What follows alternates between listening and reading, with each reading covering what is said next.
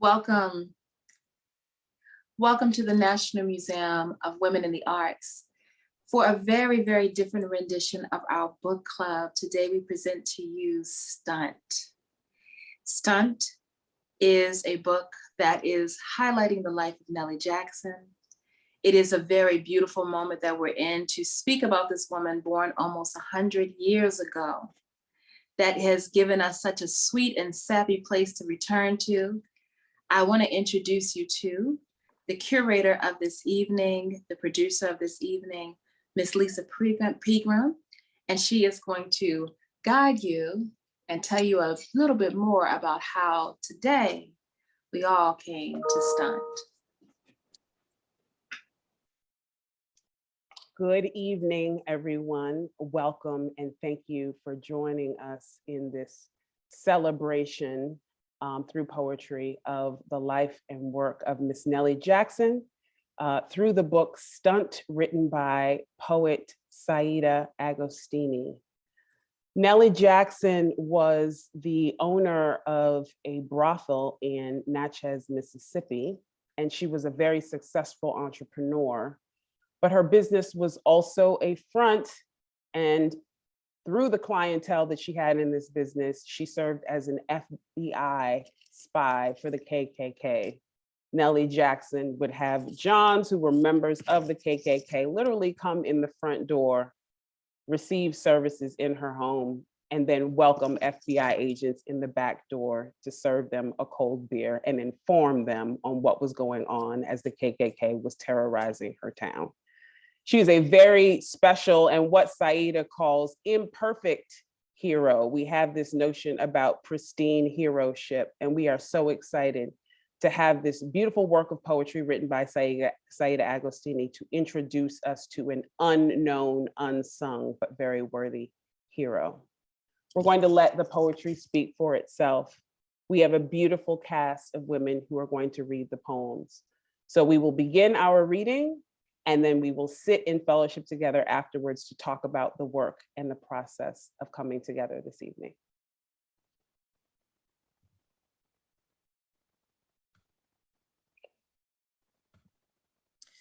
Preface. Nellie Jackson operated a multi-million-dollar brothel for 60 years in the Deep South, funded civil rights freedom fighters, and was an FBI informant who shared critical information used to track down the KKK.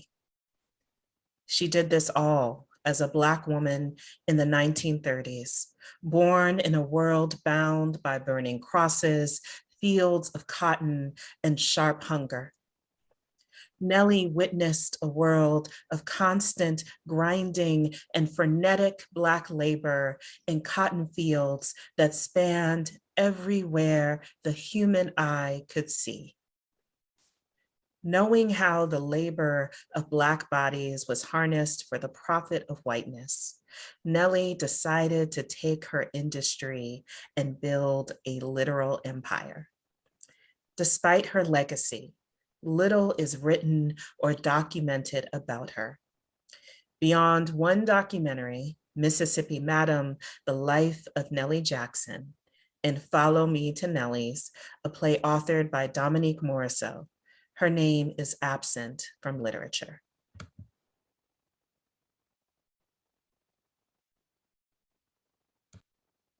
Born in 1902 in Possum Corner, Mississippi, Nellie Jackson moved to Natchez in 1930.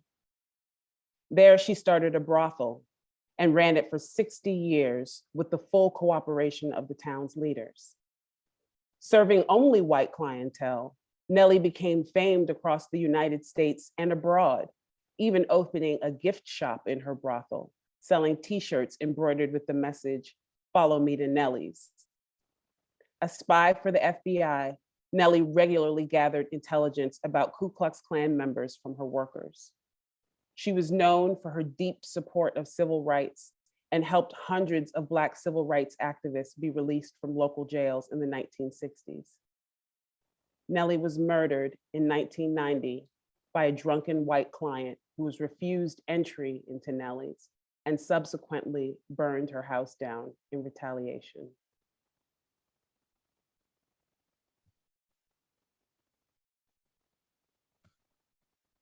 Stunt. Then Moses stretched out his hand over the sea, and the Lord drove the sea back by a strong east wind all night and made the sea dry land, and the waters were divided. Exodus 14:21. I pored over this good book, a weathered catalog of men desperate to win their own unsteady kingdom, studied a theology born of desire, flesh, and fire, read each psalm over and over, and found power singing in each word. Child, this is what men want. To be made a sorcerer, eyes rolled back, knees dropped to sacred ground, to speak in tongues, visions of a burning bush, magicked lions suborned in a red eclipsed rapture, a world shuddering to balance with your wonder. Baby, we all want to be marvelous. That's what I sell, a chance to stunt. Incantation. Let us start with this. I want to fly. I want to be born a joy, my Father blessing the skies for my beating heart. I want shoes, a pot groaning with meat we didn't nurse to kill. I want a mother who laughs as quick as rain.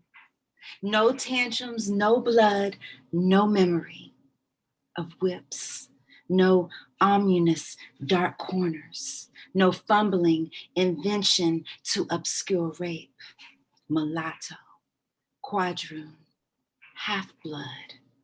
No one dare to stroke this loose, soft braid, leavening with granny's tears on a dirt floor somewhere outside Natchez, lit by a smoking fire.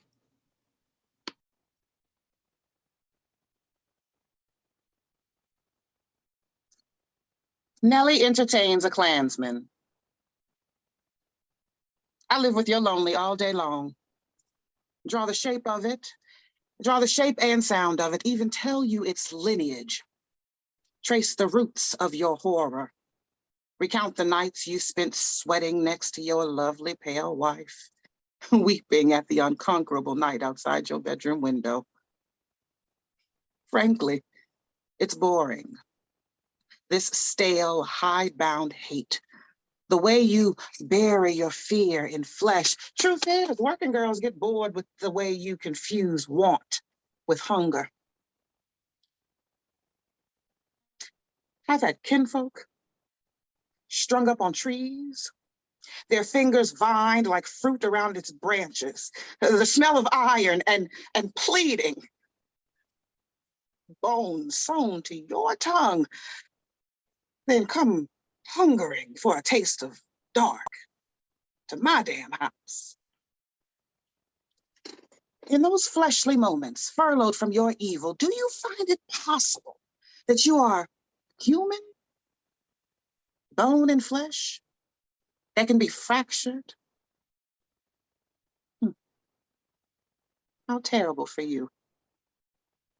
How sad that my God will look upon you, your hands blood-stained and pleading, then sweep by, black and divine.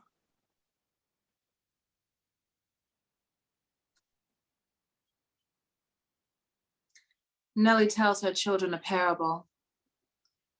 We are all imperfect and we all straddle good and bad, and perhaps nobody in town straddled that better than Miss Nellie, Natchez alderman. I grew up nursed on commerce. My mama and my daddy lived in cotton fields, would come home into that door, and I'd be damned if they weren't enthroned in that fruit's white. its dander floating soft and stubborn in the night air. Everything but pliant. We'd never be rid of it. Had to worship what each blessed weeping ounce gave. We all have to have a master. I just wanted to be my own. See, I knew Jesus would not come no matter what my daddy said. So I built a kingdom like cotton. Soft, brutal, irresistible. Another skin trade. So wrapped around the heart of Natchez, to kill me would mean to kill a country.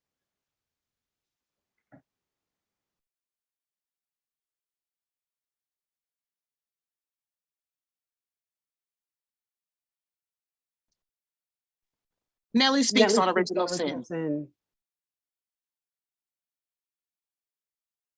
Late summer nights are spent exhaling hot, smoky circles into Mississippi black, my girdle pressed straight into the curl of my ready belly, as insolent as a man's hand. I love rough familiarity, the blues, hot throb I get from even the pastor's measured smile when I trespass again into the church's doors. Spend hours dreaming of what just the promise of soft flesh can drive a good girl to do. Why feign ignorance at what's between our thighs? The joys a lazy hour can bring, honeyed, hushed, rocking, rushing a lover into the very wick of me. Any Bible worth its salt will tell you, my want is wicked. Yet I'll go back, taste Eve's apple 1,000 times, kneel before her abashed in praise, a bad woman flushed in grace. Heartache. I tell you, there is no word yet made in 1930 to speak what my eyes witness. I love nothing more than my hands because I know what they do. I love my limbs because they've taken me here to this ground. I love my body. I love where my body came from. Even the fields that yoked me and my parents in bloodless thrall. The scythes dug deep in mud that never harvests a month's rent or a full belly, no matter the overseer's scale. I've become obsessed with accounting, the ease tables give to my life, how one rape can give way to 1,000. Numbers carry the burden of what is unspeakable, the money it takes to live, the acres my grandmother was promised. No matter the sum, the answer is always the same. There is no good white man. No man that can't be spoiled by power, left rank and molding, after devouring what little of our bodies are left, their open mouths spooling for more. Here are the spells I've learned to stay alive. Always keep your money under your mattress. Bury gold where fire can't scorch it. Sweep the floors with salt. Teach your girls to read. Smile when those white folk come, grinning alligators thirsty for war. Feed your dead good liquor and pay those bills meekly, shuffling feet on dusty floors, head bowed, eyes focused on the ground you built, trusting in no heaven but your own.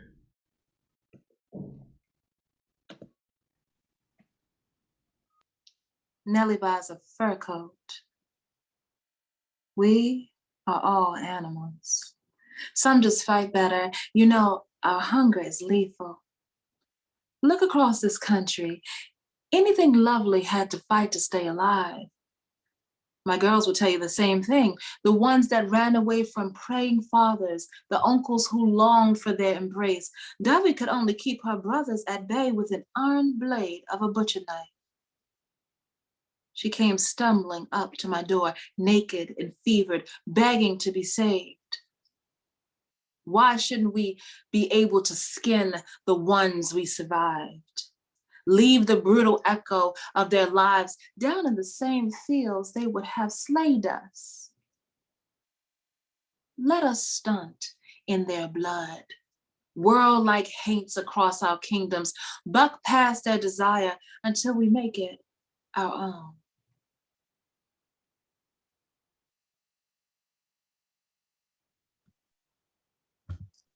What difference is there between your skin and the pelts of any animal we breed to harvest? It takes 100 animals to make one mink coat. It took 7 generations of my kin sharecropping on land a white man stole to buy back just 1 acre of land. Yearning for a return to a simple arithmetic you believe Black women can never master. So I put on that mink every night, opened my brothel door, and as if I clanged a bell across Christendom, you come running, ready to plunder another woman you done stole everything from. Yes, I'm bloodthirsty. Crowd my body in furs until that day I conquer this world, exchange this fur for white. Like any good shepherd, I revel in the lives I rear, the tender haunches of flesh, its simple beauty spread across my shoulders. I even love these white men, love the coin jangling, breathless in their pockets, clanging from my palm. I love your rough moaning as you urge pleasure on. Hold on tight to my girl's waist as if she would cleave without you. And those golden moments after, when you lay prone, spent and punch drunk, mumbling about that no good woman you drive mad with your life. I love my girls for their industry, how they brace their hands against your chest as if to measure the very beating of your heart. Wheedle your money as one would wind yarn from a spinning wheel. I mean to say, we know your weight, how to breed your stock, carve your organs to suit our whims. How quickly you come with the promise of a good feed, like any dumb calf you trust where the wine of your stomach coaxes you. Come here, sweet. Come here, baby. Follow my darlings. I'll make me a coat of you. Dance down the streets of Natchez, your kinsmen bowing in wonder.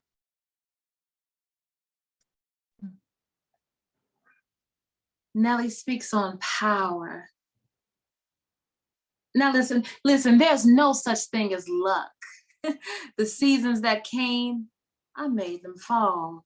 The god of death, the dear red gold of vermilion smoke, fire, earth tilled, turned over until bloody havoc unfurled across the land. Wreathed with blooms and cloaked clan, here to protect the defenseless. I am heartsick of good white men, the dead they leave behind. Working girls know the birth of rough trade. For us, there's no such thing as easy money. Ask any woman, split, torn, crying. The body can take so much. Be hunted, adorned. You'd think Johns would worship it rather than hunt us down by the docks, that river, a waiting coffin, plumed with ripped flesh. What could I do other than steal the harvest? Nothing is bloodless. Only fools would ask for forgiveness. Winter, its own universe, cold, austere, a town ringing with coins clang, money, a language, every man displays a startling fluency. I made my own church, bought good food, fine silks, became landed, its deeds safe and folded 3 times in a leather purse. pressed crisp new dollars into my sister's hands even before she could fix her mouth to say please. No kin went hungry. My girls, safe inside. I tell you, there are days I go lay in my bed and weep myself red with the wonder of it. Call it grace, call it glory, call it sin, but I have laid up my works into an empire.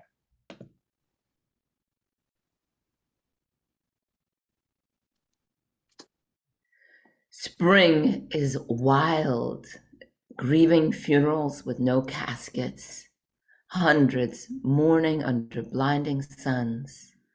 I know every black body dancing from tree boughs at Natchez' pale pleasure.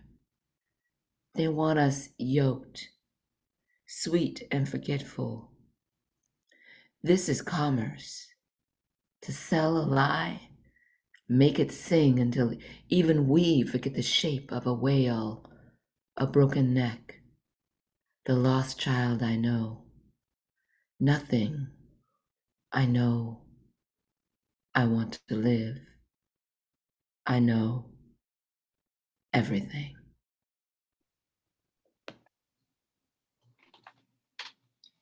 Summers are for beauty. My girls revealed into a haze of ripe loveliness. We revel in fullness, tomatoes jeweled with salt, watermelon cleaved to its core in dusk. I sit quiet on my porch, behold the magic of my own stubborn heart, beating and beating the air filled with hair grease and jasmine. My fingers hooked to the very crook of Natchez. It means something that I'm here and alive, working in this town, like an uppity wonder. See how I come rustling, steady, unseen, my pleasure, flooding over Natchez.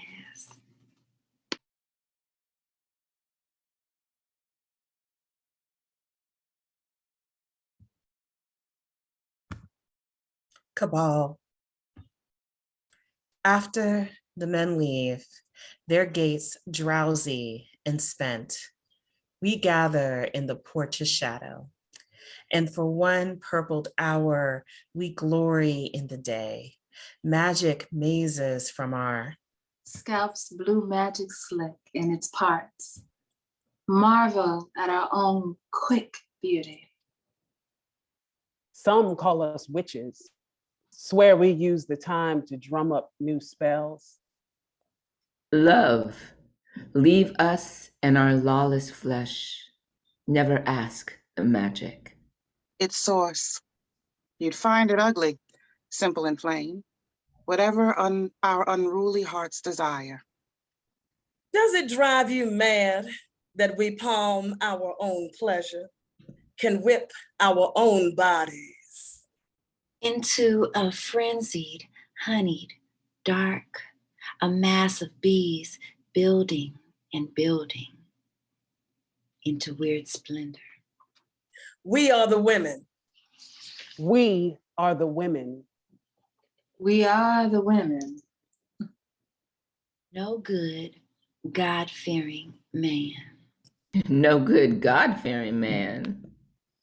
No good God-fearing man will ever claim to know. Only yearn for as you wrap your arms around your wife, the smell of her tamed yeast rising.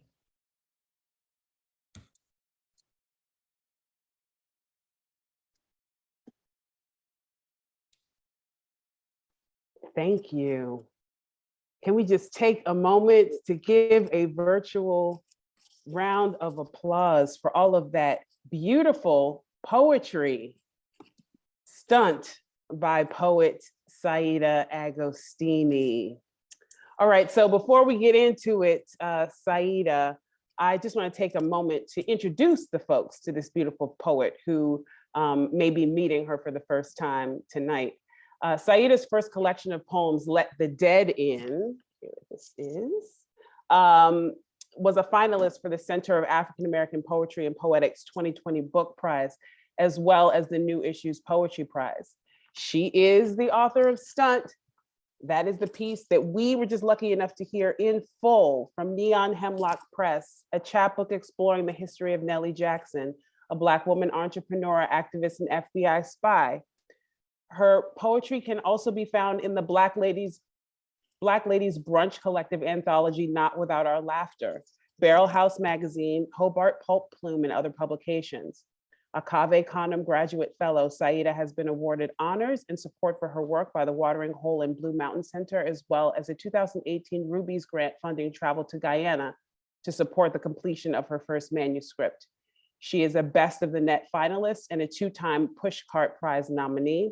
In 2021, she was also named president of Funders for LGBTQ Issues. Sis, you got a lot going on. Welcome, and thank you so much for giving us such a wonderful reason to come together. Give it up for Saida, y'all. Will you turn your mic on for us? Definitely. Thank you. Thank you. Indeed. So with all of the wonderful, beautiful work that you do, I am curious to hear first about the road that led you to Nellie. So what is it that you didn't write a poem? You ended up writing a whole book dedicated to being inspired by this sister. So tell us about the road to Nellie for you. Sure. I mean, and first of all, I want to thank everybody for coming through tonight. And I want to thank all, like you, Lisa, and the National Museum of Women in the Arts, and all of the incredible actresses and performers who are like, yes, we will do this with you. So thank you. So quite simply, it was the pandemic. Normally I'm not home that much, and I was just watching all of the TV shows I could watch. And then finally, when all of that was done, there was this documentary on Nellie Jackson. And I was like, who is this woman? I've never heard of her before. And when they started to tell this story about this Black woman who in the 1930s in Natchez, Mississippi, right, started a brothel and had the agreement of all of these white folks in town, and took their money, right? And not only took their money, but then actually turned it back into the civil rights movement, into Black freedom fighters across the South. Thinking about kind of what that practice of freedom fighting looked like, I was like, I need to write about her, right? And I also was just kind of like, why isn't she positioned already in Black history? Why isn't she on our tongues the same way I feel about folks like Recy Taylor or Marsha P. Johnson, right? And so, I started off writing one poem, and then I just heard her voice so clearly in my head that, I just kept writing. And that's kind of how you have the collection before you. Beautiful. Beautiful. So I am curious also about this juxtaposition in your work, because you were inspired by this sister, and you also then followed that up with a book that was very much inspired by the mythology of your own family. But all of this beautiful meditation on the mythological power of the legacy of Black women. And so I'm curious about how you transitioned from writing about Nellie to then writing about your own family. Sure. I mean, I'm obsessed with folk heroes, right? And so, if you know anything about my family, I think I come from a family of folks who are very powerful, really strong, and very much have their own sense of who they are, right?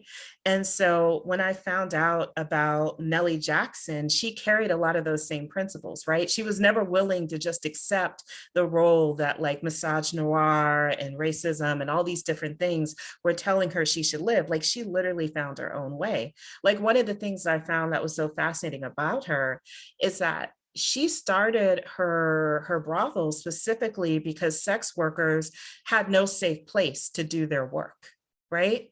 And so, you know, folks were getting raped, they were getting killed. And so she wanted to create a space where folks were protected, right?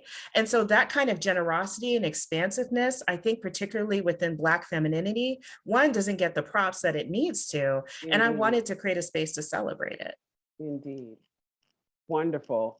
So, so tell us about how it goes. And it is so amazing to think about the rich crop of work that has come out of the pandemic. You know, when you have creative people sitting there and taking information in, then what happens when that then gets poured back out? So how do you go from a documentary during the pandemic to an entire book of poetry? How is it that you then crystallize or manifest your passion for this topic into a book of poetry?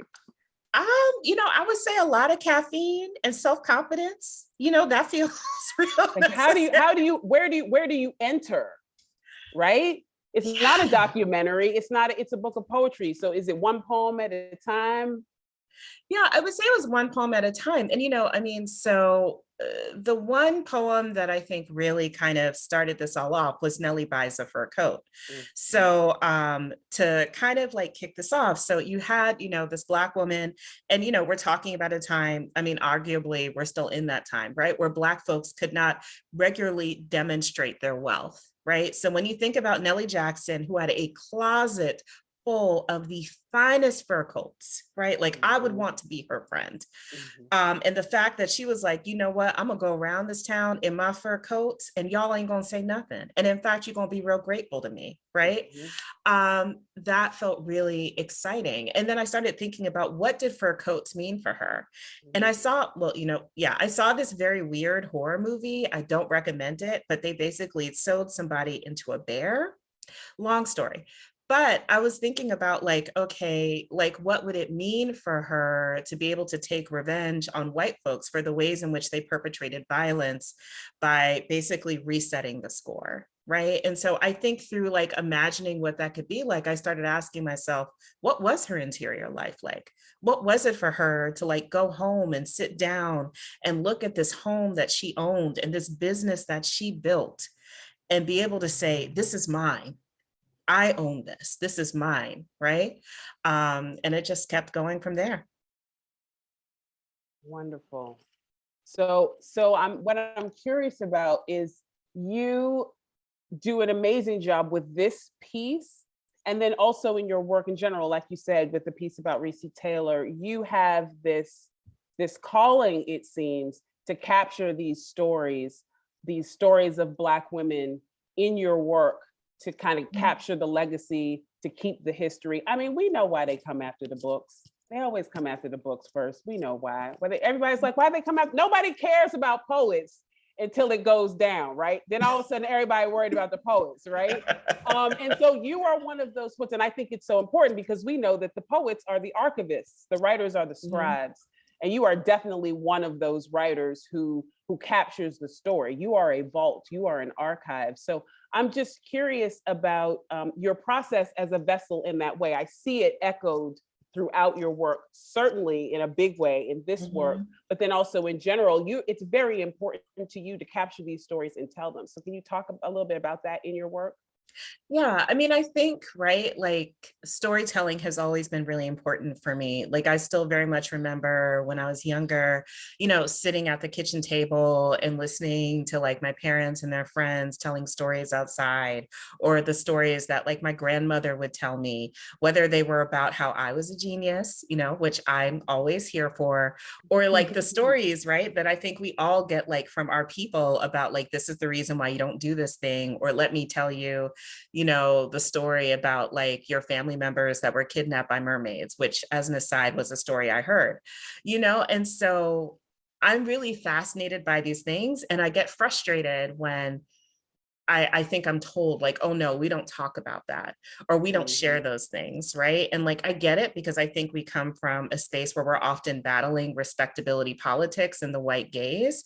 But when we engage in that, what we end up losing is not just our history, but our sense of place and who we are, right? Like we find countries in each other. And so unless we're able to like hold and like protect those histories and that knowledge for the people that come after us, we lose so much. We lose connection to our kin. And I don't ever want us to lose that. Can you talk a little bit about, I remember talking to you about this book and being so moved by your dedication to problematic heroes. That's what you said it. So I'd like you to share your philosophy behind what is a problematic hero, and why are you dedicated to making sure their song is sung? Sure. I mean, the truth is that when we think about folk heroes or heroes in general, they're imperfect. We're humans, right? And so when you're human, like you do things that are beautiful and wonderful, but then you also do things that are not so great. And I think unless we're able to like move from like flattening narratives into complicating stories, we're not able to really tell the full stories of who these people are. And those are all lessons for us. Yeah, it's super interesting that I just want to take a moment of gratitude for the fact that this event sold out within 24 hours of us posting it online. Okay, folks showed up for a book club in the summertime when everybody is tired from graduations and just kind of catching their breath. They made sure that they came to come check this out. And I think it's so profound because what you talked about earlier about this advocacy for sex workers, the importance of not only advocating for, but celebrating the entrepreneurship, right? Celebrating this work, celebrating these women.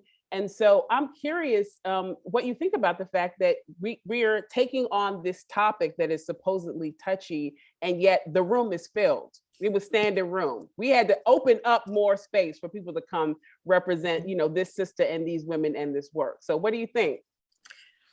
I mean, I think we're living through an apocalypse, right? And so, we've lived through many apocalypses before, but this is definitely an apocalypse, right? And so I think it's important for us to go back. I think we're hungry for the stories of how folks have survived apocalypses before this, right? And so when I think about Nellie Jackson, I see her very much as someone who is a warrior who not just moved through an apocalypse, but literally turned it to her advantage, right?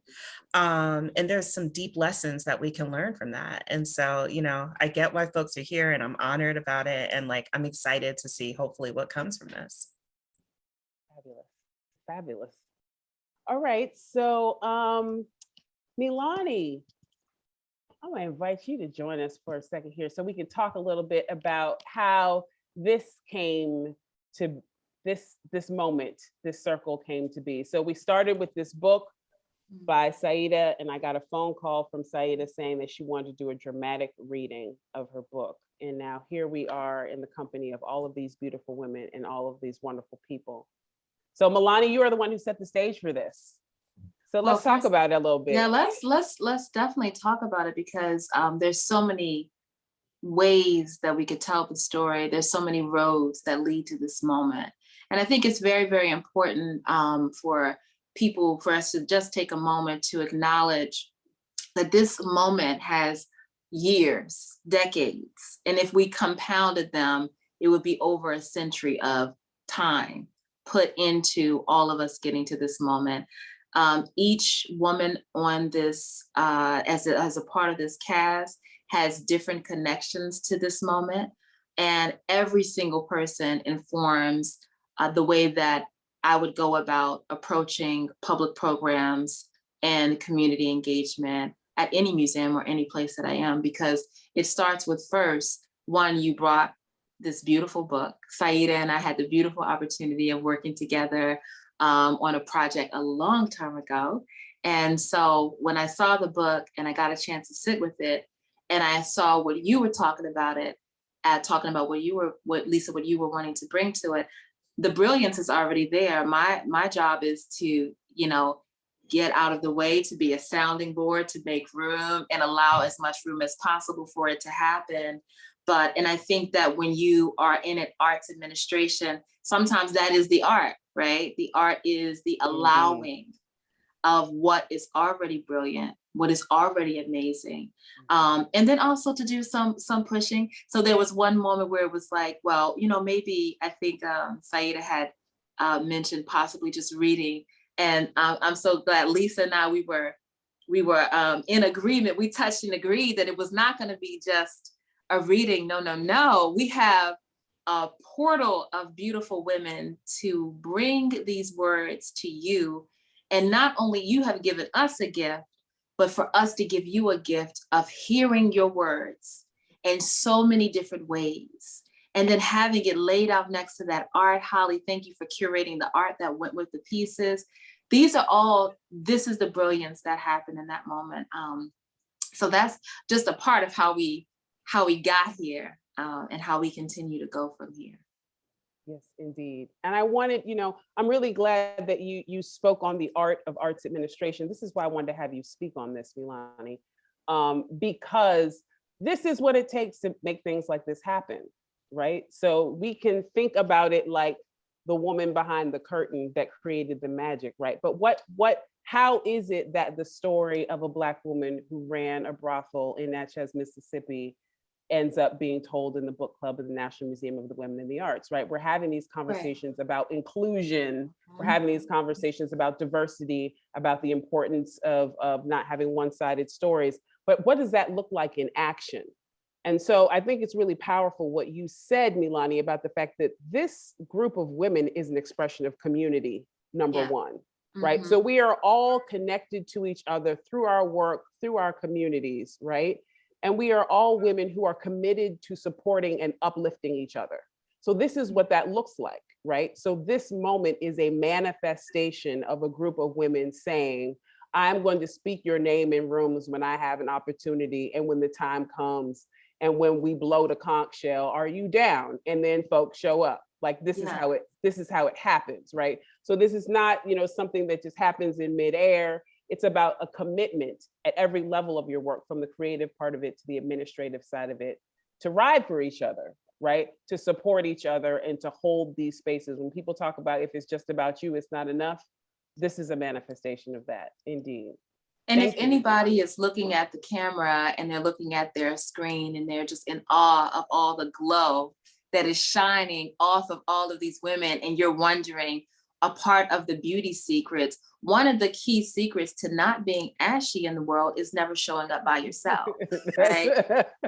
That's just it. So if you want a little glow on your shoulder, make sure you bring your sisters along, because somebody has some butters in their bag. So we want to bring people to the table, and people talk about glass ceilings. Well, sometimes you just got to take it outside. And sometimes people are talking about not enough room at the table. You can open the dressing page. There's not enough room at the table. Well, there's always, listen, we got other things that we can make into tables. And that's what the art of this is doing, is saying, that, oh, you want to call that a table? Well, I got this little coffee or this bookshelf. We're just going to turn it on its side and make it a table and make some extra room, because this kind of work deserves room. These are not complicated conversations about diversity in the arts. It is about having the right people at the table, not gatekeeping too much, and then also getting out of the way of women's brilliance when they came to do what they do. Do not give Black women any other work to do but their art. Indeed. And I think it's, so powerful to note too, that every time we get together in moments like this moment in itself is a seed planted, right? So all of us, maybe several of us knew each other. There's someone in this circle that someone didn't know before now, but now we know each other now. Yes. Right? So people do a lot of lip service around community and arts work, but the reality is, when it comes down to it, how is it that you are keeping that momentum and that energy going? When Saida came to me and said that she wanted to do a dramatic reading of her piece, she sat and channeled Nellie's voice. And I sat with her beautiful manifestation of that and thought, whose voices do I hear? So when I read those summertime poems, I heard Dehejia's voice. You know what I mean? When I read Nellie Entertains a Klansman, I heard Maryam's voice, right? That is about staying connected to the main line of your community. That's that mycelial network. You know, we're all our own little trees out here, but if you stay connected to the main root system, right, we recognize how we inform each other's work. Yes.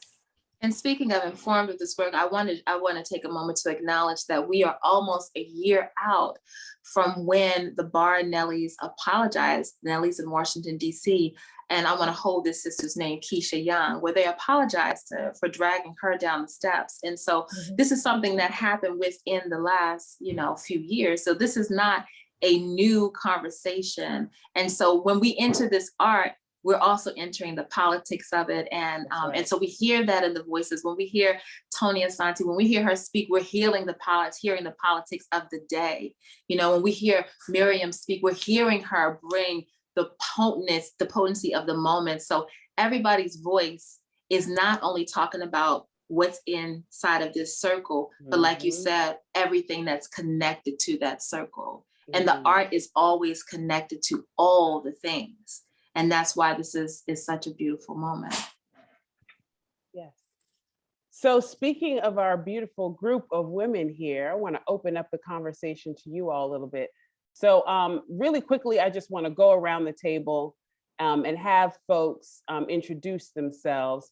And I just want you to share with everyone who you are, whatever that means to you, whatever you want to share with us about that. So who you are, and what your impressions are about being part of this piece dedicated to Nellie Jackson through Saida Agostini's work. So let's start with Holly Bass. Hello, my name is Holly Bass, and very delighted to be part of this cast. I've known Lisa Pegram for a very, very long time. One of the first poets I met when I moved to DC in the 90s. And just recently had the opportunity to meet Saida through a virtual reading that we shared, and instantly fell in love with her work. And this just felt like a beautiful kind of coming together and weaving threads. And I also know all of the other women on this, so it was an immediate yes. And it feels like everything, the process of bringing this together, there was just so much, as Lisa likes to say, alignment, and just moments where we were like, oh, I have this idea. And it's like, I was just about to message you with that exact same idea. So that's the beauty, I think, of this group and the dynamic. It's not just about the creative artistry, but there's a deeply spiritual aspect to this kind of gathering. It's a very powerful gathering of Black women. Thank you. Dehejia. Peace and love, everybody. My name is Dehejia Maat, and I am a poet, a yogi, and a teacher. I've known most of the ladies here on this beautiful screen for many years, and it is just an honor and a privilege to be a part of this community. I'm always talking about giving back to my community and my people, and I feel like I'm amongst my people right now. And it was just such a wonderful opportunity, Saida, for you to write this and have us speak your words and bring your words to life. When I was given my part in the reading, I immediately connected with it and felt, wow, they really gave me the right piece. So I know that Lisa really sat down and thought about everybody's energy and who would bring what part to life. So again, I feel very honored to be a part of this lovely, beautiful women's community, and I want to do more. And I inspire everybody out there, if you want to do more, you do more too. And I'm going to end on that note. Peace. Thank you, Dehejia. Miss Maryam. Hey y'all, I was on mute. My I'm Maryam. Some people call me Maryam, some people call me Fatima, but mostly just, me. I'm in New Orleans. I'm an artist. I'm a business owner. I'm obsessed with Black womanhood, especially my own, particularly my own. I said yes. I said yes because it's Lisa, but then I was also like, I just like everyone else, we all know each other. Even Dehejia, I met you at the DC Black Theater Festival many, many, many, many years ago. I'm glad to reconnect and be in the same space with you again. But also just the piece. I think for me, excuse me if I'm swole. I had a demo work done, so I'm like bleeding in my mouth right now. So excuse me if I start like swallowing and things. But I read, I heard what the piece was about. You sent me like a little summary, Lisa, and I was like, oh shit, this is what I do. These are the stories I love to tell. The grit and the honesty and the ways that you find, the ways that we, I think, have been suckered into this thing of resilience and what it looks like when it's not about resilience. It's about the work, and then resilience kind of just happens to come. And I love those stories, especially now, because I think with COVID, like Saida said, a lot of us have been like searching for something to encourage us, or searching for some type of empowerment, and all the things that we're seeing, the situation at Nellie's and all of the other situations just like that are compounded around the world, and how do you help, right? And I think that telling these stories and showing ourselves and other folks the ways that people found to help, the non-traditional ways of helping, um, is encouraging and empowering, and has given me a fresh lens on how I want to fuck some shit up. Thank you. A fresh lens on how I want to fuck some shit up is, that sounds like some marching orders for me. If you can take away nothing else than that, then our work here is done. Indeed. Lightfoot.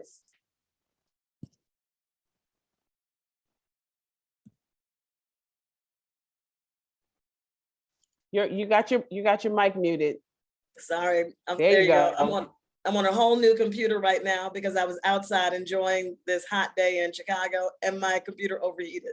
So I literally had to go and run and borrow a computer from somebody else and get this thing to work. And I'm not really technically savvy, but I'm glad to be here so much because this story means so much to me. In 1990, when Nellie was murdered, one of her nieces was at Howard University with me and told me her story. And so like, nobody ever mentioned her again. And I was like, well, maybe, that girl was kind of telling some fibs because it seems like we would have known this story. It's so rich. It's so important, like in how many different levels that Black women come to service, right? Not just, in all the proper and respectable ways, but how we use everything that we have in order to better the world that we live in. So her being a civil rights activist, her being this spy, her using even her brothel, which other people consider to be, not respectable, but and as a safe haven for these women. Mm-hmm. And part of it, and I know that I've known Holly since our days at Your Mug, and you, Lisa, as well as Dehejia. When I was on my way to Trinidad, that's one of the things I wanted to do was open up a brothel that would be beneficial to the women who work there, safe for them and all of that, because I have no problems with how we make our money. I just have a problem with how we make our money. And so, okay. So this story was divine for me. I wish that I was able to read the pieces that I was on for, because they become really entrenched in me. Saida, your words are beautiful. And then when I also saw those references to white food, right? And white things that we eat as a descriptor of white people, since, you know, that's been a trope in so many pieces of white literature. Like that also just warmed all of my heart. Like you were doing so much work in this piece. And I know that kind of work. I was doing research on Moms Mabley. And, you know, how do we put ourselves in that position, though, back then and there, knowing that we're speaking from like 2022, 2021, whatever. And so like your work was so delicious.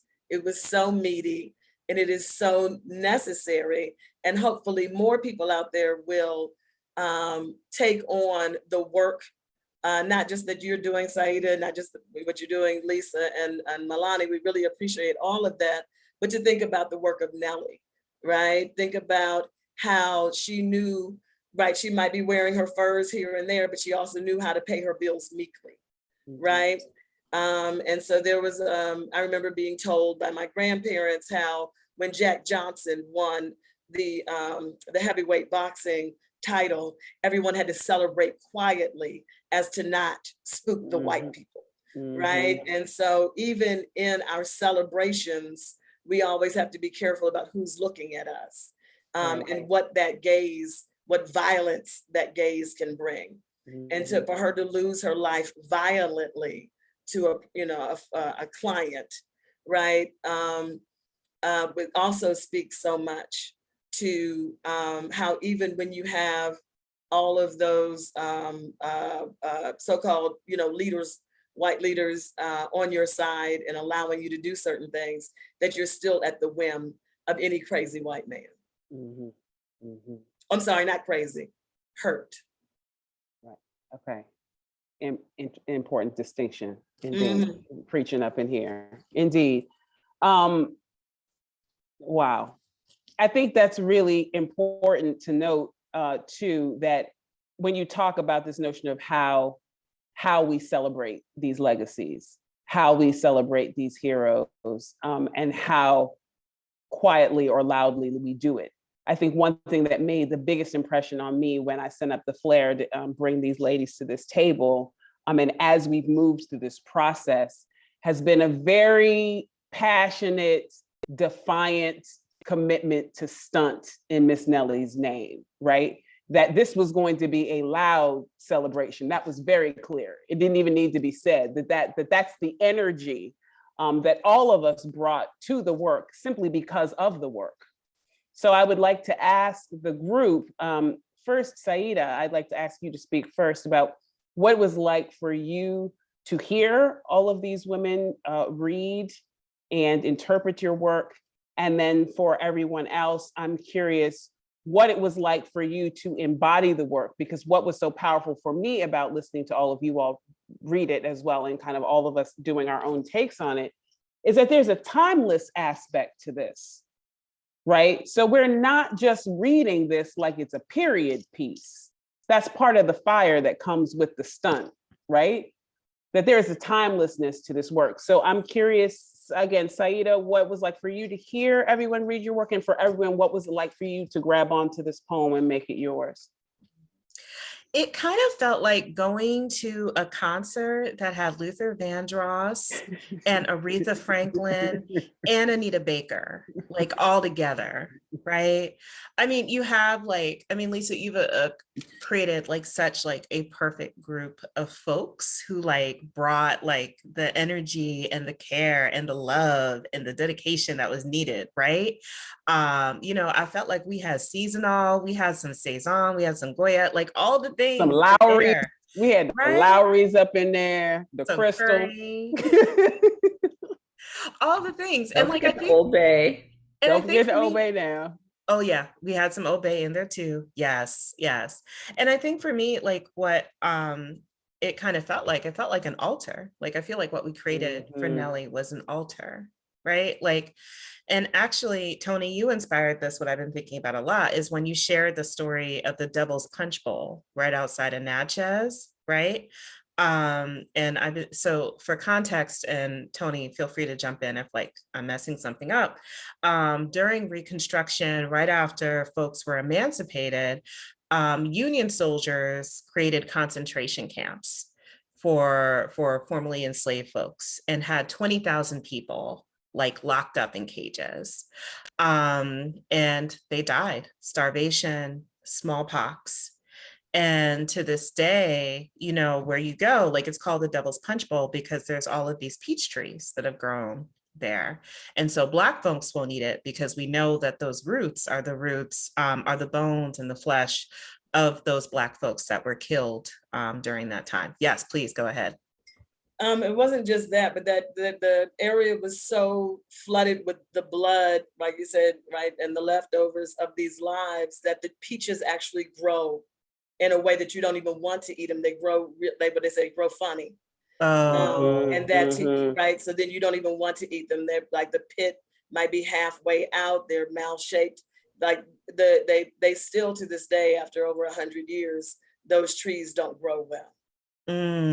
Right. Right, but it also reminds me of that blues, right? If you didn't want my peaches, you shouldn't have shaken my tree. Right, and so, right, that whole blood of literally the land rotting and turning the trees into something that people can't use. Yeah, thank you. Yeah. And so when I think about that, I think about like this tremendous grief, but also this grief that can't really be unleashed because these stories aren't shared and they're not given its rightful place and honor. And so that's what I felt like we did tonight. Like we helped do the work of honoring Miss Nellie. Indeed. All right, everybody, let's get just a little round robin going. What was it like for you to take on this work and make it your own?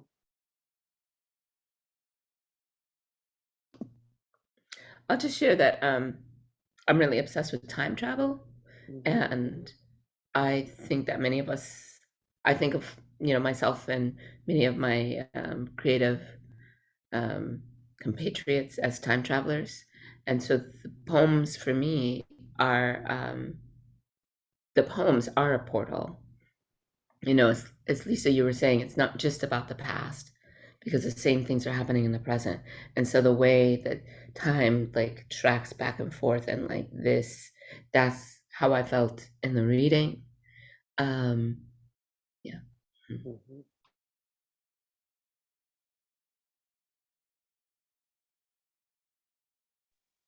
I'll jump in. I'll say something Toni said actually just gave me a new reason in hindsight for why I did where I'm here. And the idea of how you move or you do things, or at least I'm speaking, I guess I could speak for myself. I'm not going to project this on anyone else, but how sometimes we find ourselves accidentally thinking about what these other people, white men particularly in this case, how their behavior, good or bad behavior, is going to affect the thing that is, you know, whatever you're doing. And I know recently I was in a situation that I'm not going to get into too deep, but where, you know, a white man put me in an uncomfortable situation. And I know that in my mind, I was thinking, as a Black woman here in this moment, with these white men, because it was him and his friends, if I ended up in front of the police, or if I defended myself the way in which I wanted to, or the way that I would have 5 or 6 years ago, I'd be in jail, right? Or dead, right? And so that was my thought. And then every step in the process since then has been really trivializing my worth in regards to whether or not I deserve even just basic, I don't know if the word is justice, because I don't know what justice is in this situation, but like care, I guess you could say.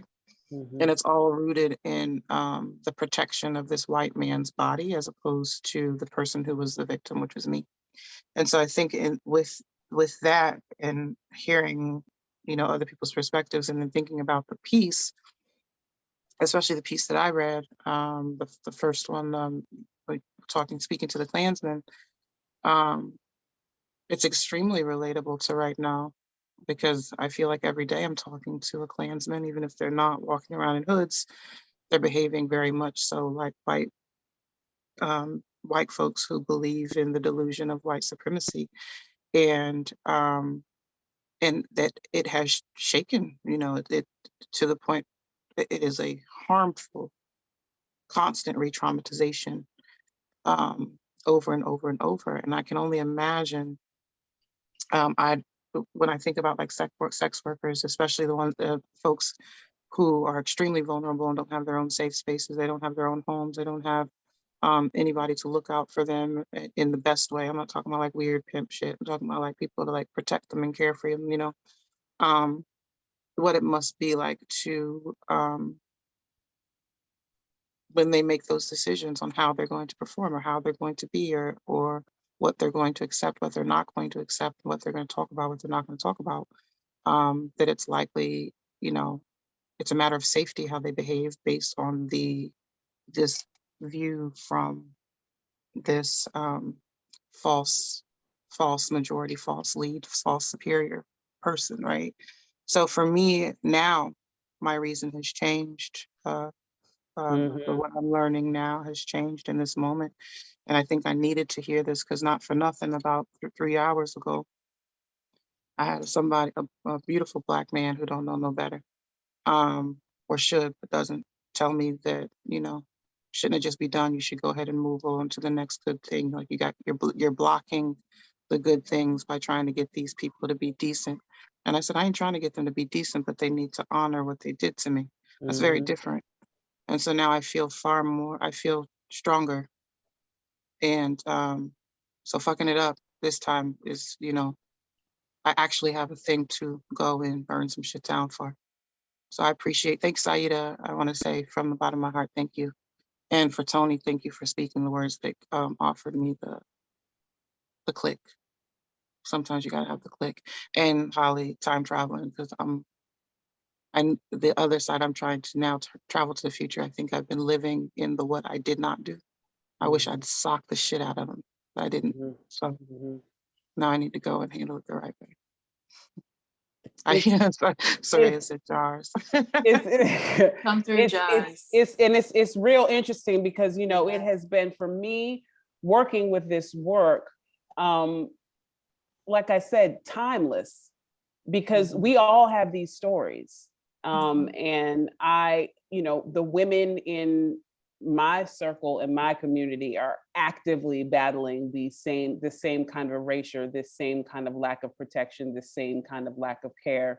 That this work is so incredibly relevant, and that Saida, you were able to capture the beauty of this history and legacy, but also the universality of these experiences, right? That you were able to tell her story and our story within these stories is an incredible, incredible gift. And that you would find yourself, I have found myself since we started this process in a place where this book has given me permission to stunt.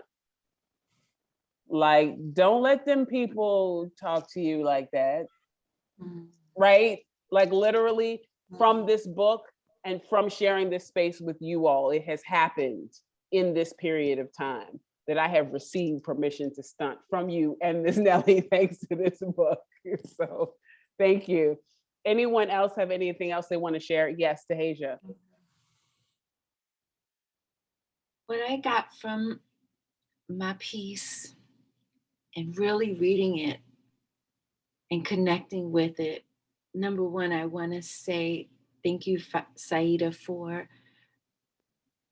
adding in the mulattoes and the half-bloods, because it's another piece where they try to separate and cause a divide in our community.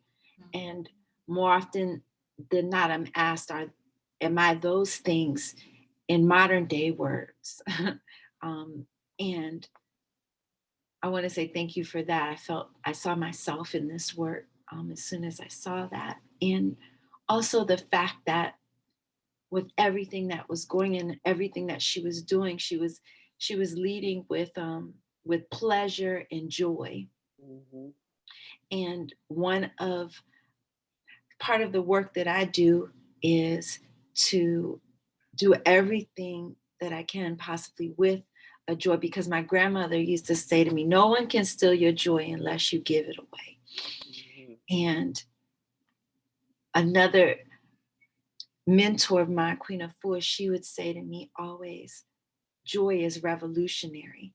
They do everything they can to make you feel downtrodden and put your shoulders over. But if you exhibit joy, you are being just by exhibiting that, you are being revolutionary, because you are going against the way they want you to feel, the way they are putting everything in place to make you feel so low. So I felt the joy in the words that I presented, and the revolutionary at the same time, and how it all blends together. And that's the work that I'm trying to do also. So thank you again. It was a beautiful experience, and I look forward to more like this. That's what I'm saying. I'm feeling joyful for more of this, absolutely.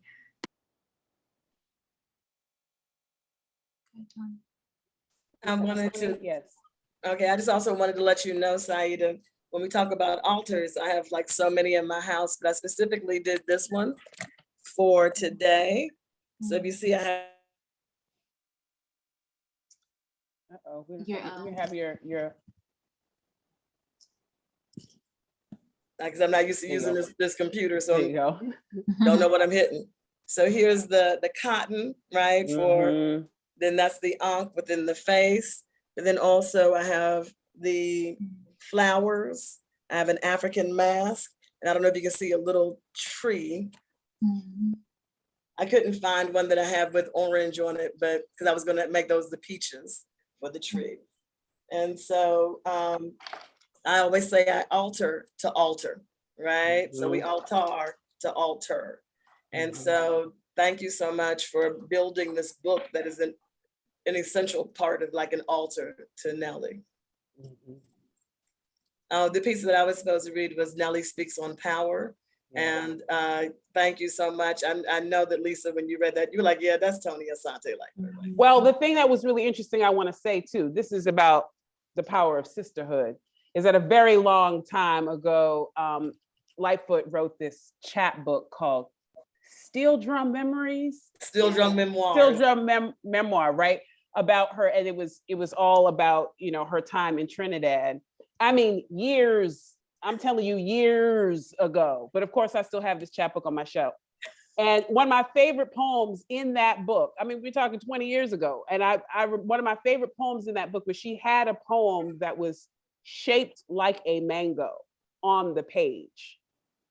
And when I was reading Saida's book, the way it laid out on the full page, you know, on the screen, I read the poem and said, this is Lightfoot's poem. And then it was like I zoomed out, and then I saw that the poem looked like a mango on the page, right? Right. So there was this connection. There's this notion of being a literary citizen, and this connection. That's the mycelial network right there. I was like, okay, that was my echo. That was my sign to know that like this juicy piece is her piece. So I just find it fascinating that even people who haven't even met each other yet, the connection is already there.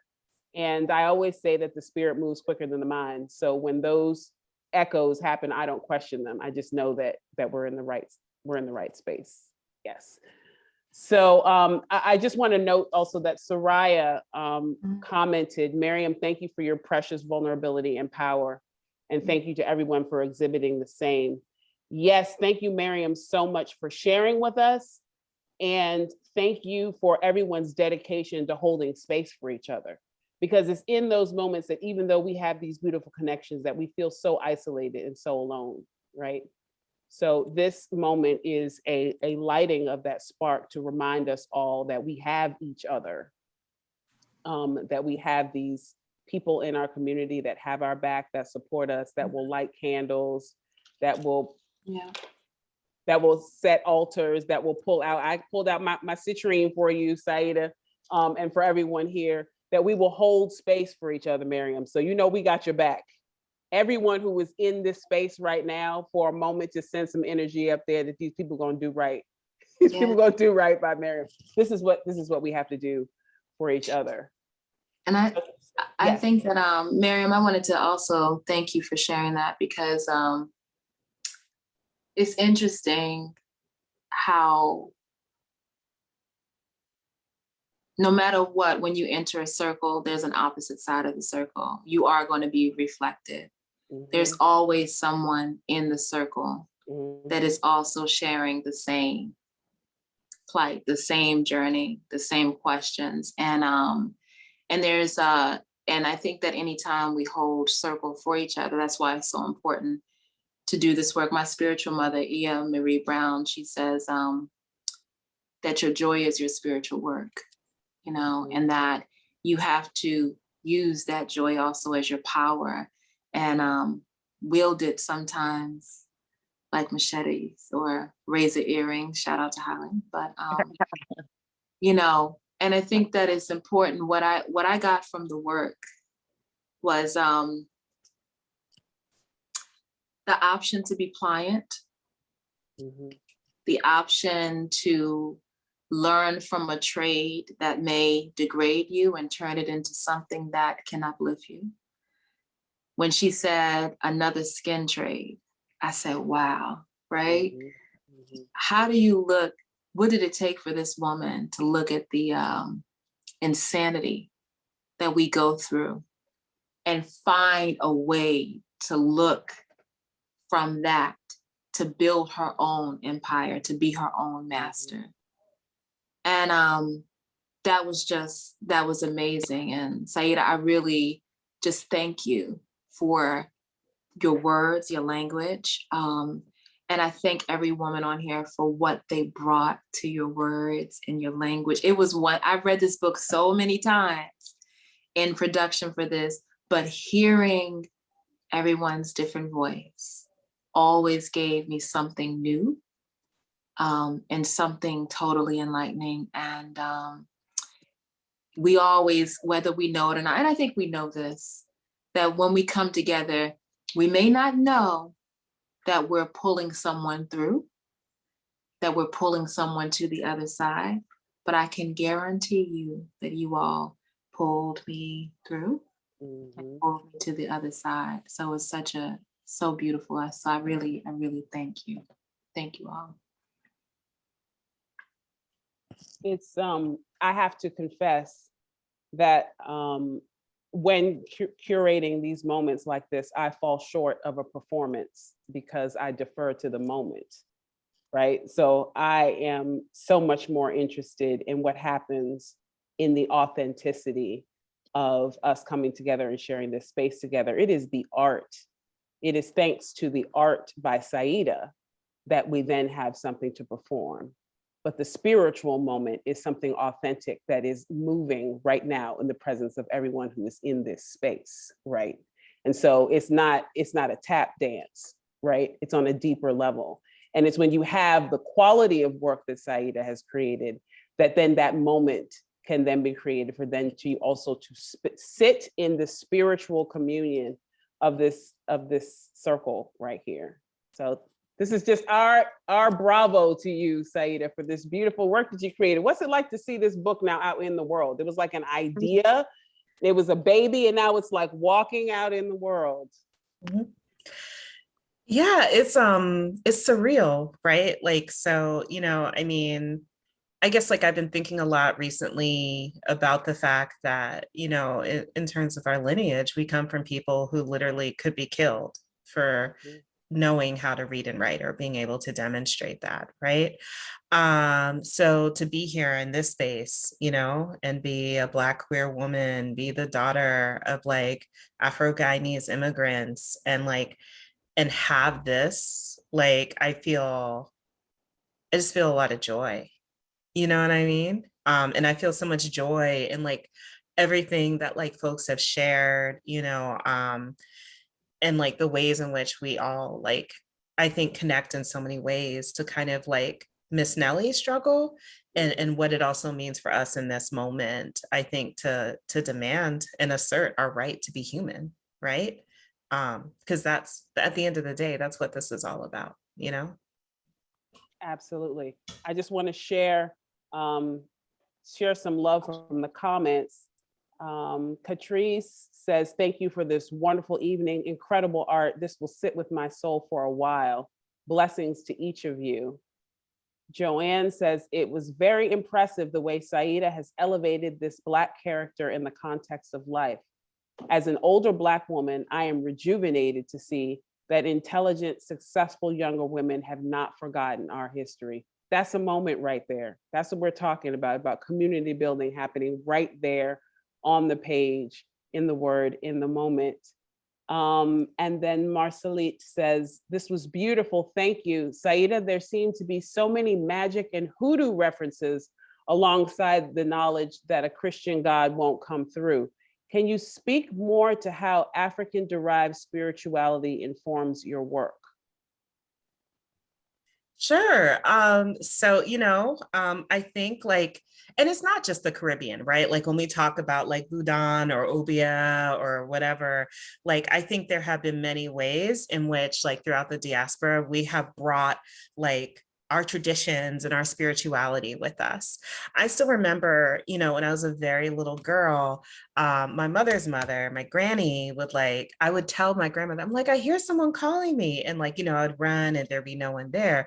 And granny was like, those are the spirits trying to speak to you, right? And so, I think that we have so much magic in our lives when we think about the ways in which like our people like have survived, when we think about like what it means to kind of like just like not just protect and hold Blackness and like queerness and femininity and all these things. I think so much about what it has taken to honor it and protect it, right? What it means for me to be here in this space right now, being able to tell and share these stories, it hasn't happened by mistake. It's happened because of the movement building and the divine order that has come before it that has brought me here to this day. And so, how could we not talk about magic? How could we not talk about, other kinds of spirituality that I think directly inform and help sustain and nourish us?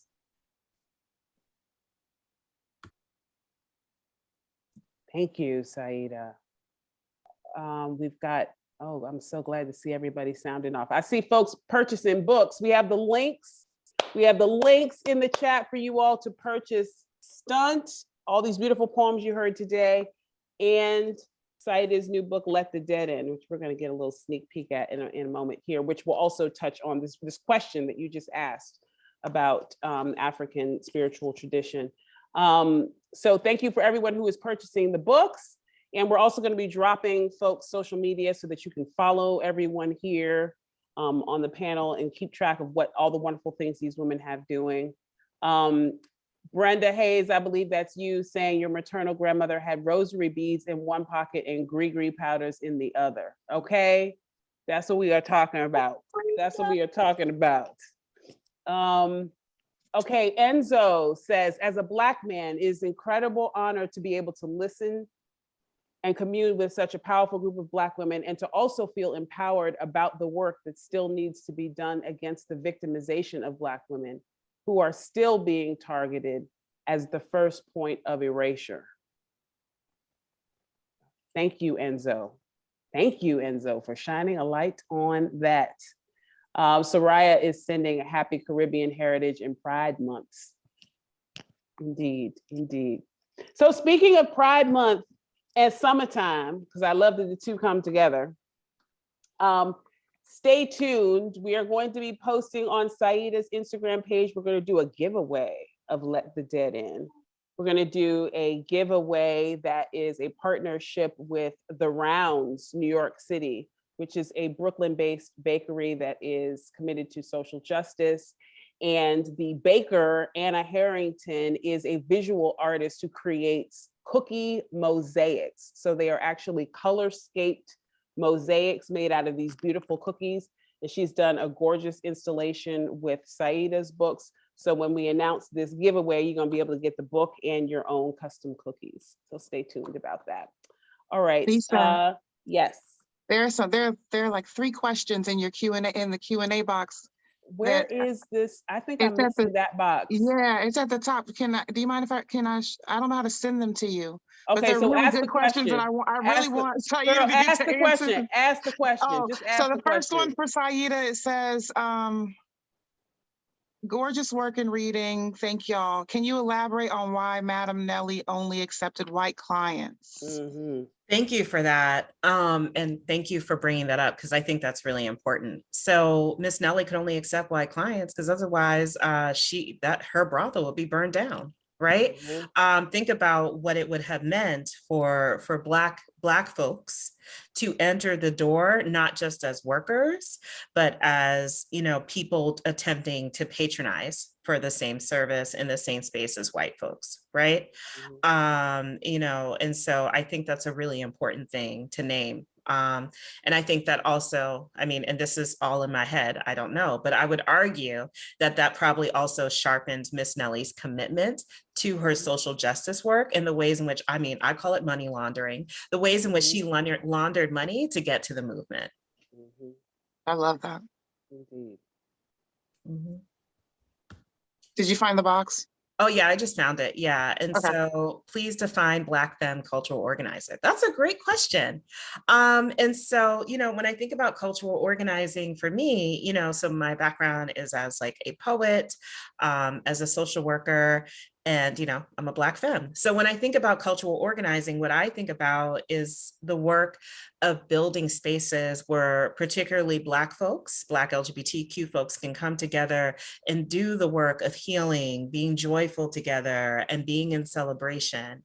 I'm really proud to be a founder and a member of a collective called the Rooted Collective, which is a Black, queer, and trans group based in Baltimore. And we're actually creating a documentary called Damn Y'all Fine, which, I love the title. I did not come up with it. I can't take credit for it, right? Like, damn y'all fine. Right. That is all about the celebration of like Black, queer, and trans folks in Baltimore. Oh, and then the last one. So I think there is a request to review the recording at a later time. And I'm sure Lisa and Melani can provide information about that a little bit later as well. Yes. Mhm. Yes, indeed. We will find out about the recording of this and find out how that you can rewatch this. I know I want to play this back. This is one for the jewelry box. This is one for the jewelry box. Indeed. Indeed. Okay, Saida, I am curious about the role of joy and pleasure in your work. Dehejia touched on this, but it is such a rich and powerful both celebration and also weapon in your work. So can you talk about the role of joy and pleasure? We just talked, everybody's using these words, these vivid, juicy, radiant poems that are undeniable. Tell us about pleasure and joy in your work. Sure. So, I think pleasure is really central to everything that I do. Like I don't think y'all remember from The Color Purple where Miss Sophie says, all my life I had to fight, right? And that's true, right? Like I think, and we talked about this on here, Maryam, like your vulnerability and your realness about like your experience, I think makes me think about so often, like we're schooled and like, okay, don't be too sensitive, don't be too soft. Like I was a little girl who like was always very emotional. I had a ton of feelings, and I think like very much for my own protection, my family was very much like, you need to like, you can't come across this soft. You can't come across this way or you're going to get taken advantage of, right? And so when I think about pleasure, I think about softness. I think about our ability just to be and not have to like, and to celebrate our beauty and not have to fight to protect it. And, I think that's why that's such a central theme in my work, because I think like in the moments where we experience that deep pleasure, right? Like those are the moments that we really achieve freedom, Thank you, Saida. Okay, Saida, I found a question. There's a question in here from your dad. So we need to make sure that we make it happen. So your dad says that you and Anika continue to make you proud with your work and dedication to it. We got it. Daddy's in here holding it down for the daughters. based on your background as being a first-generation American, if you had to write about your parents, what would that sound like? And remember, I'm not asking you to write about it.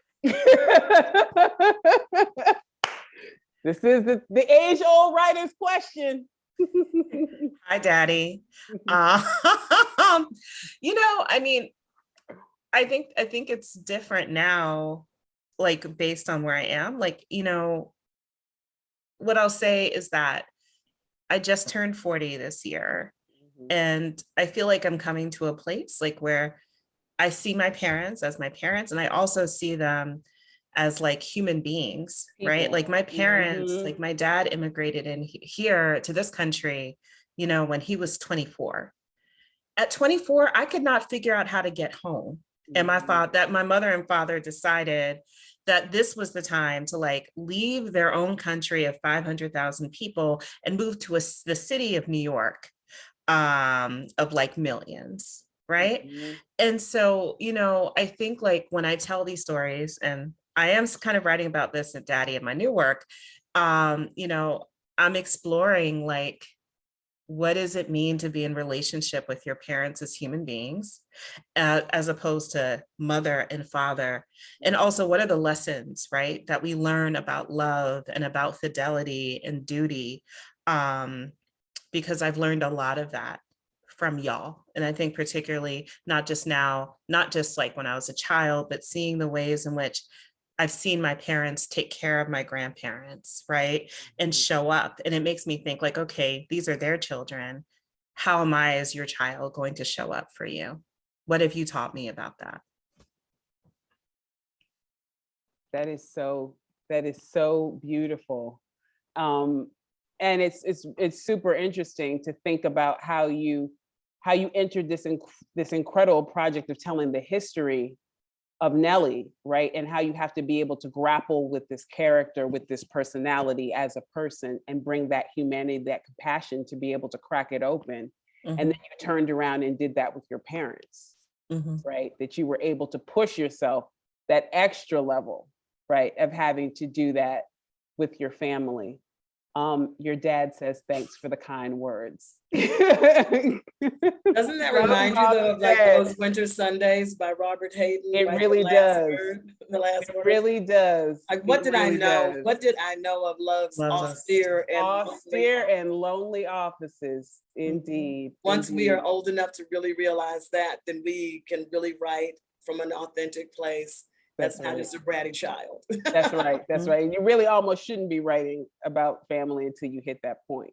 I think this is a really great time, actually, because the piece where Saida starts talking about her family in this really deep way is Let the Dead In. And so we are lucky enough to have Saida willing to share with us a sneak peek poem from Let the Dead In.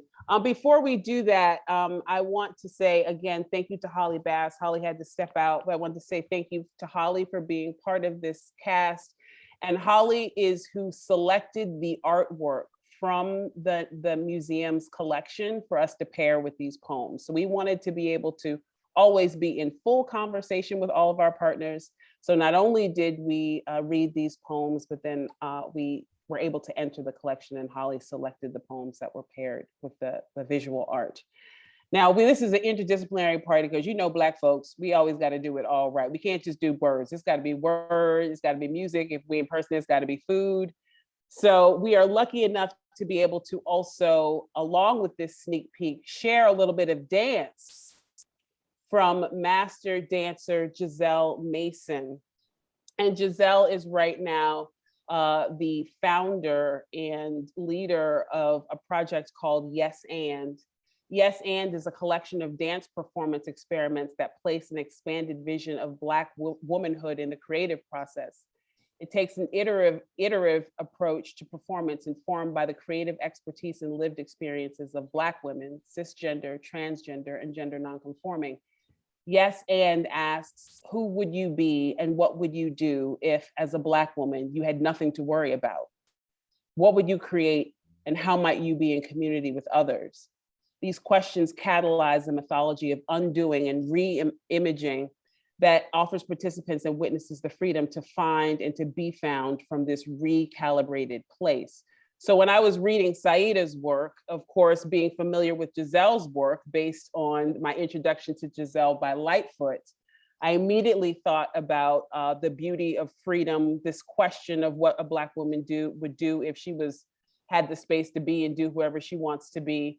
Immediately made me think of Saida's work. And so we were lucky enough to share Saida's work with Giselle, and she shared a piece with us that we can now pair with this sneak peek from Let the Dead In.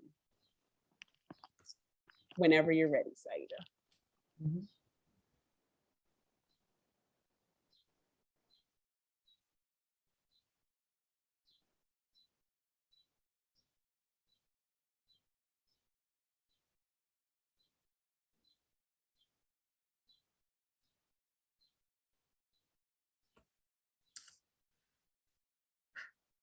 The mermaid speaks. Okay, it's true. Everything they have said. I have eaten men as you would a tangerine, thoughtlessly, reverently, juice smeared about my mouth. Perhaps you would blame me, call me bloodthirsty, along with the rest of my kin, the Kanaima, the Olhaig, even the Mazaruni. Roused up a gang of the young, brave on palm wine, to come and stake me. And I laugh as surely as you weep on my shores. This ownership, you'll forgive me. I took it as the Dutch did your children. Your forebears came on the same hunt after I ate another man. Your granddaddy, forgive me, he was lovely. Ripe copper skin warmed with the sun, singing among the white lotus as if he could charm the roots of trees into fealty. I remember weeping with my sisters below in our city. Maybe he wept too. It's been so long, I can't be sure, and there is nothing I want to pretend with you. So I did what was impossible, swam up, struggling past the pleas of my own mother, burst through the Pomeroon and beseeched him into my arms. Yes, I say begged without shame. You know the men of your blood, what they can drive you to do. And forward he came, fearful of drowning, dancing into my naked red arms. And when I ate him, he urged me on, saying with delight as my teeth met the cradle of his flesh. I have heard his wife crying at our shores, hands tethered to her children, dragging them to and fro as if her love could raise him. The fisherman said she went mad with grieving. Is this true?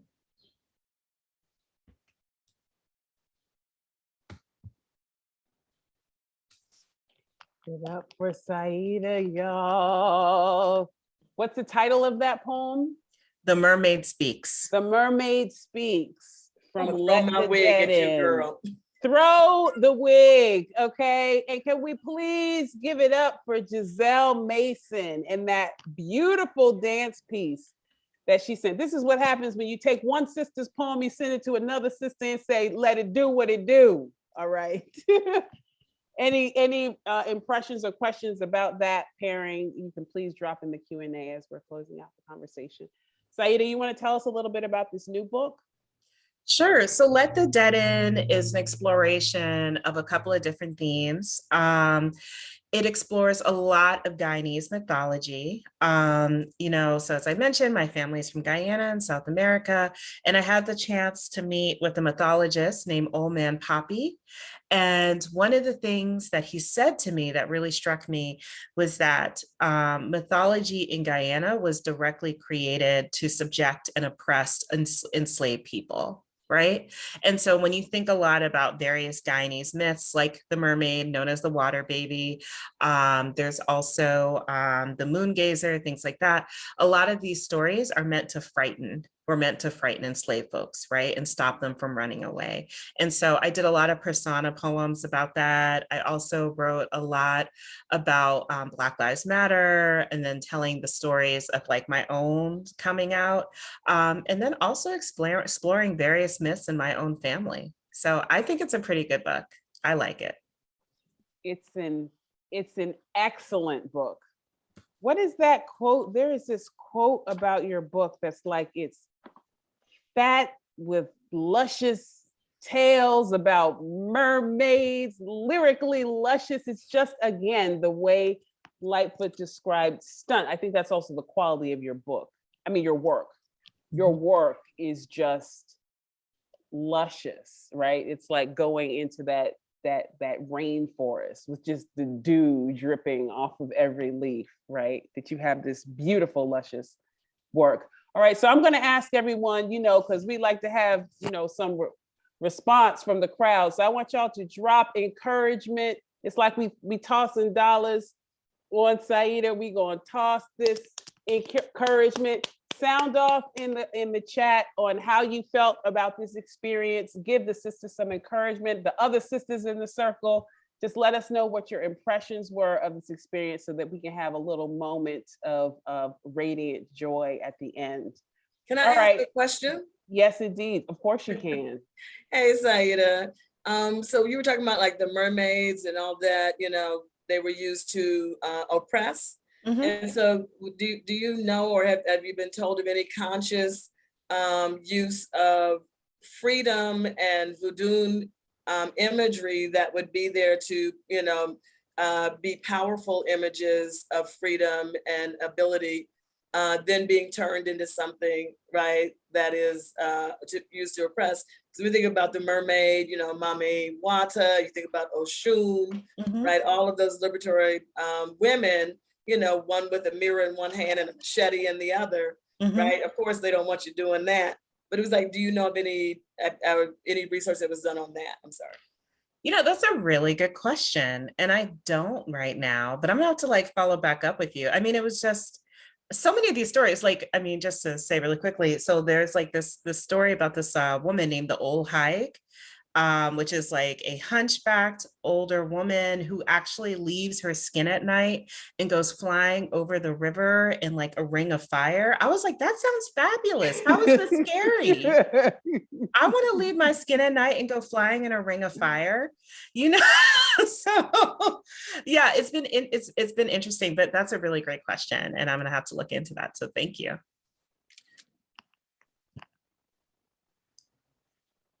Okay. All right. We got any other questions? Do we have from the panel? All right. I got some good love coming from the chat, so I'm going to share it here. From Renee, Saida is a gifted and talented author. Make sure to get your books while you can. Absolutely. Absolutely. Y'all gonna be talking about when, okay? Get these books on your shelf both. And by the way, I'm big on this, okay? When you buy a book, buy at least 2. Because if you find it that dope, I mean, then when you're looking for a gift, you don't have to look anymore. Look how cute this book is though. I mean, this is like stocking stuffer.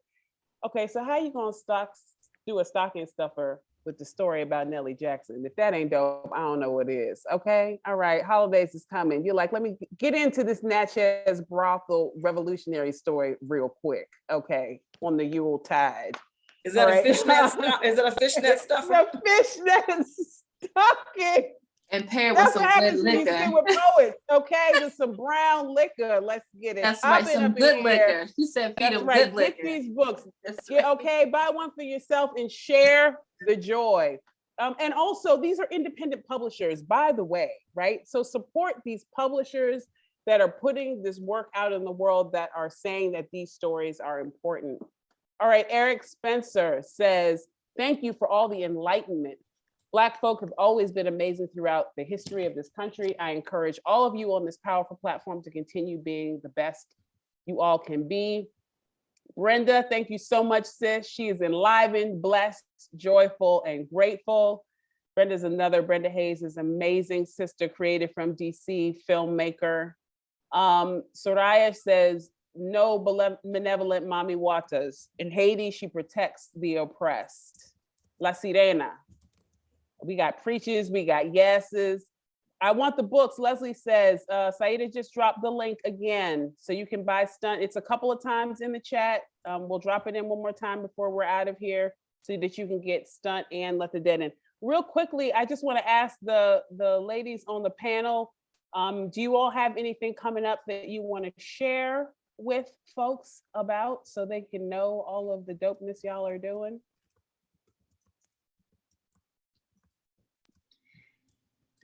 I would like to share. I would like to share that I'm a facilitator for a goddess retreat in August for the people that are in the DMV. It's going to be in Virginia. I believe there's more spaces left, and I'm a part of a group of sisters that travel and do this uplifting, healing work.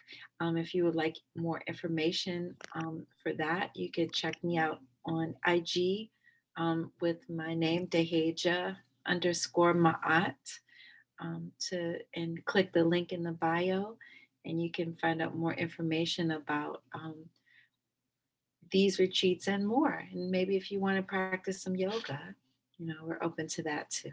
All right.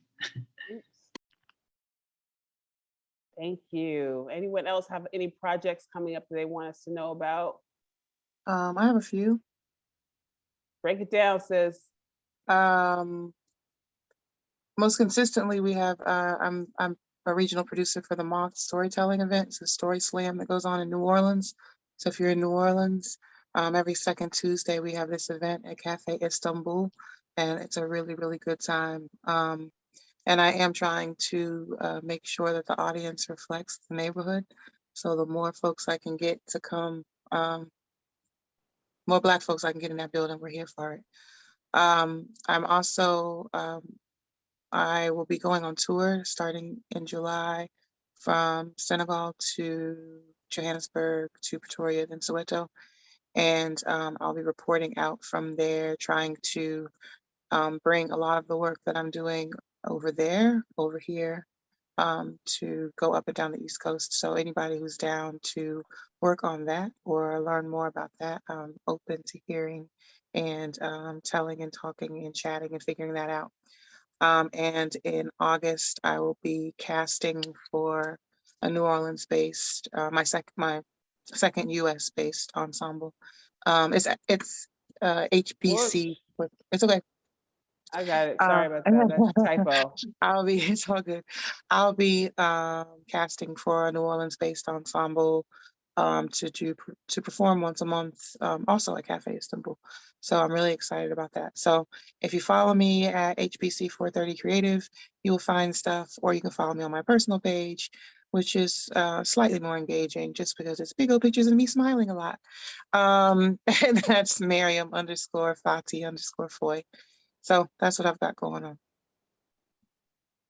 Oh, my company HBC 430, we are taking 2 sliding scale clients, Black women, creatives, particularly. It doesn't matter where you are, it doesn't matter where you live. The commitment is, though, at least 1 hour a month for 6 months, and doing visioning, business planning, and brand management, brand refreshing for your company. And by sliding scale, that means tell me what you can afford and we'll see what we can do. If you can't afford nothing, you need to say that straight out your mouth, so we can figure out how to make it pop for you. This is how we get it done. Can't get it done if you don't know what folks got going on. And then Yes, Lightfoot. Alrighty, so in September, I'll have a series called Touch Yourself. I'm a massage therapist and acupuncturist, and I want to bring, better health and feelings for everybody. So I lead everybody through a guided tour of the body, ways to stretch, massage, and just feel better in life. And so that'll break in on my IG and Facebook pages. I'm the only Toni Asante Lightfoot on either one of those. And so just check me out. Love it. Look at all this beautiful work these women are doing out in the world. Anyone else got a project they want to let us know about? I just want to make sure. If you are in the Washington, D.C., Baltimore, Washington area, July 31st, I will be the MC for the Ile Imole Orisha Festival. So if you want to, open in all the ways that open is possible, come join me. Follow my page, Melani Douglass. My daddy named me Melanin. So Melani Douglass with 2 S's on IG or Twitter, and I'll be saying more about it. Melani, are you related to Frederick Douglass? That's a whole funny well, I'll say this. We have a Bible from 1864 where my great-grandfather Charles has passed down from us. And there are people that would say that we're not related, but it ain't blood if it ain't been questioned. So I usually let my work speak in a way that allows him to rest easy, and Anna, because I always shout out Anna. So I just allow my work and my blood to operate in a way that gives the ancestors that we let in no question, in ways that people who are walking among us may choose to. That's not my problem. Like the old folks say, it don't take all day to It know don't the sun take is all shining. day. Okay. All right. It don't take all day. Not all day. But I think I'll make some art and maybe, get into that. Beautiful. Yeah. Beautiful. Well, I want to thank everyone for joining us, and just give everyone, please, can we give this a big round of applause to Saida for birthing this book, creating this space, doing this powerful work that you do in the world as both an artist and an activist. And just simply by being, you are the magnet that created the space that we're in right now. So I want to thank you, Saida, for this work, and also for trusting me to play with the work and set this table. I really appreciate that trust, because it is no small thing. Melani, thank you so much for bringing the table and for being my sister. And I just have to say, I won't get into it like Maryam said, but I also had a moment where I was not treated well under similar circumstances that she described. And I went to my sister, which was Melani, and that resulted in this moment. As opposed to me engaging with that, it turned into this moment, right? So this is what happens when you bring it to your sisters, right? So bring it to your sisters. So I want to thank you, Melani, for that, for creating that space and the echo that created for all of us amongst each other, whether we spoke about it or not. And I want to thank you for the work that you do in the arts in creating this space to be shared with all of these people who are here with us on this platform again today. So thank you, Melani, and thank you to the museum for hosting this program and for being so open and welcoming to us. And thank you to this cast of women who have taken on this work and made it your own and planted seeds that will hopefully, this will not be these people see us. This will not be the last time these people see us, because this is a garden that has only just been planted. Thank you so much to everyone here, to Saida, and most of all, thank you to Miss Nellie Jackson for the hero that she is. Meet us at Nellie's. We know who was the first one to say it. Yes. And we will uplift her name and continue to celebrate her legacy. That part. That part right there. Mhm. And so on behalf of the National Museum of Women in the Arts, and on behalf of all of these wonderful women here. I want to bid you all a good before we go, Amanda, we want to thank Amanda for all of her help. Amanda, give it up for Amanda. Yeah. Amanda, you're Okay. amazing. But my God, Amanda. she is Thank you so amazing. much. Amanda. She is behind the scenes moving, making sure that everything flows.